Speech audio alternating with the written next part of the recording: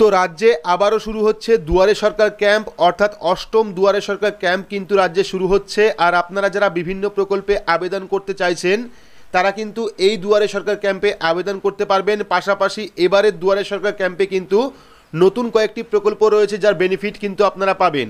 তো এই ভিডিওর মাধ্যমে আপনারা জানতে পারবেন দুয়ারে সরকার ক্যাম্প কবে থেকে শুরু হচ্ছে, কতদিন পর্যন্ত চলবে এবং এবারের অর্থাৎ অষ্টম দুয়ারে সরকার ক্যাম্পে কোন কোন প্রকল্পের জন্য আপনারা আবেদন করতে পারবেন। তো ভিডিওটি শুরু থেকে শেষ পর্যন্ত অবশ্যই দেখবেন। ভিডিওটি ভালো লাগলে লাইক করবেন, চ্যানেলটিকে সাবস্ক্রাইব করে পাশে রাখা বেল আইকনটি প্রেস করে নোটিফিকেশন অল করে রাখবেন, সবার সুবিধার্থে ভিডিওটি শেয়ার করবেন।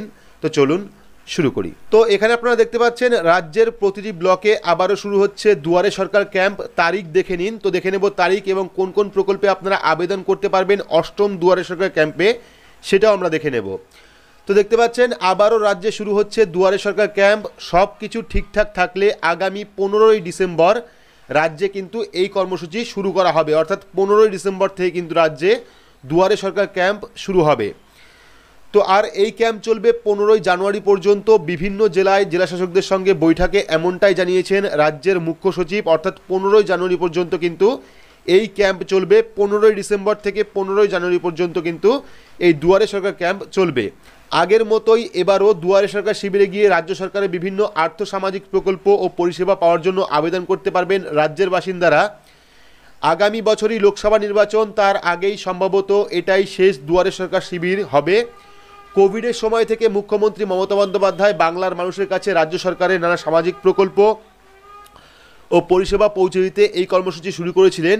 আর এবার তার অষ্টম পর্যায়, অর্থাৎ এবার অষ্টম দুয়ারে সরকার ক্যাম্প শুরু হবে। নবান্ন সূত্রে জানা গিয়েছে 15ই ডিসেম্বর থেকে দুয়ারে সরকার কর্মসূচি শুরু হবে, তা চলবে 15ই জানুয়ারি পর্যন্ত। অর্থাৎ 15ই ডিসেম্বর থেকে দুয়ারে সরকার ক্যাম্প শুরু হবে, যা চলবে 15ই জানুয়ারি পর্যন্ত। 15ই ডিসেম্বর থেকে বছরের শেষ দিন অর্থাৎ 31শে ডিসেম্বর পর্যন্ত কিন্তু আবেদন জমা নেওয়া হবে, অর্থাৎ 15 থেকে 31শে ডিসেম্বর পর্যন্ত কিন্তু সমস্ত ফর্ম জমা নেওয়া হবে। তারপর 1 থেকে 15ই জানুয়ারি পর্যন্ত কিন্তু পরিষেবা পাবেন আবেদনকারীরা। তবে এর মাঝে রবিবার এবং ছুটির দিন কিন্তু বন্ধ থাকবে এই শিবির। তো লক্ষ্মীর ভাণ্ডার, স্টুডেন্ট ক্রেডিট কার্ড সহ একাধিক প্রকল্পের সুবিধা পাওয়া যাবে দুয়ারে সরকার ক্যাম্পে। এইবার দুয়ারে সরকার ক্যাম্পে বার্ধক্য ভাতা, পরিযায়ী শ্রমিক অর্থাৎ বিধবা ভাতা, পরিযায়ী শ্রমিকের নাম রেজিস্ট্রেশন করার সুযোগ রয়েছে। অর্থাৎ এবার কিন্তু আপনারা বার্ধক্য ভাতা পাশাপাশি কর্মসাথী পরিযায়ী শ্রমিকদের নাম রেজিস্ট্রেশন করার সুযোগ পাবেন। এর আগে চলতি বছরের সেপ্টেম্বর মাসে দুয়ারে সরকার ক্যাম্প বসেছিল রাজ্যে। সেই সময় মোট 35টি প্রকল্পের জন্য আপনারা আবেদন করতে পেরেছিলেন। এর মধ্যে ছিল 4টি নতুন পরিষেবা, যার মধ্যে হলো বার্ধক্য ভাতা, পরিযায়ী শ্রমিকের নাম নথিভুক্তকরণ, উদ্যম পোর্টালে নাম নথিভুক্তকরণ এবং হস্তশিল্প বা তাঁতিদের নাম নথিভুক্তকরণ।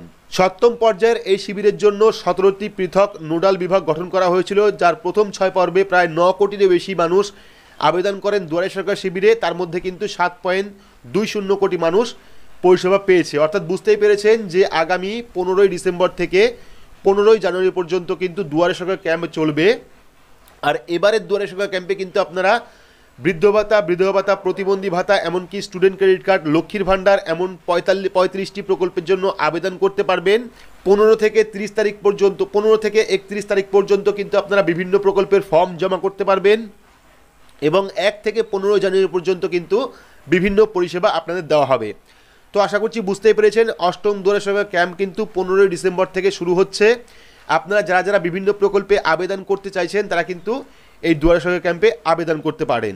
তো আপডেটটি আপনাদের কেমন লাগলো অবশ্যই কমেন্ট বক্সে কমেন্ট করে জানাবেন। ভিডিওটি ভালো লাগলে লাইক করবেন, চ্যানেলটিকে সাবস্ক্রাইব করে পাশে রাখা বেল আইকনটি প্রেস করে নোটিফিকেশন অল করে রাখবেন, সবার সুবিধার্থে ভিডিওটি শেয়ার করবেন। তো আজকের মতো এইটুকুই, ধন্যবাদ।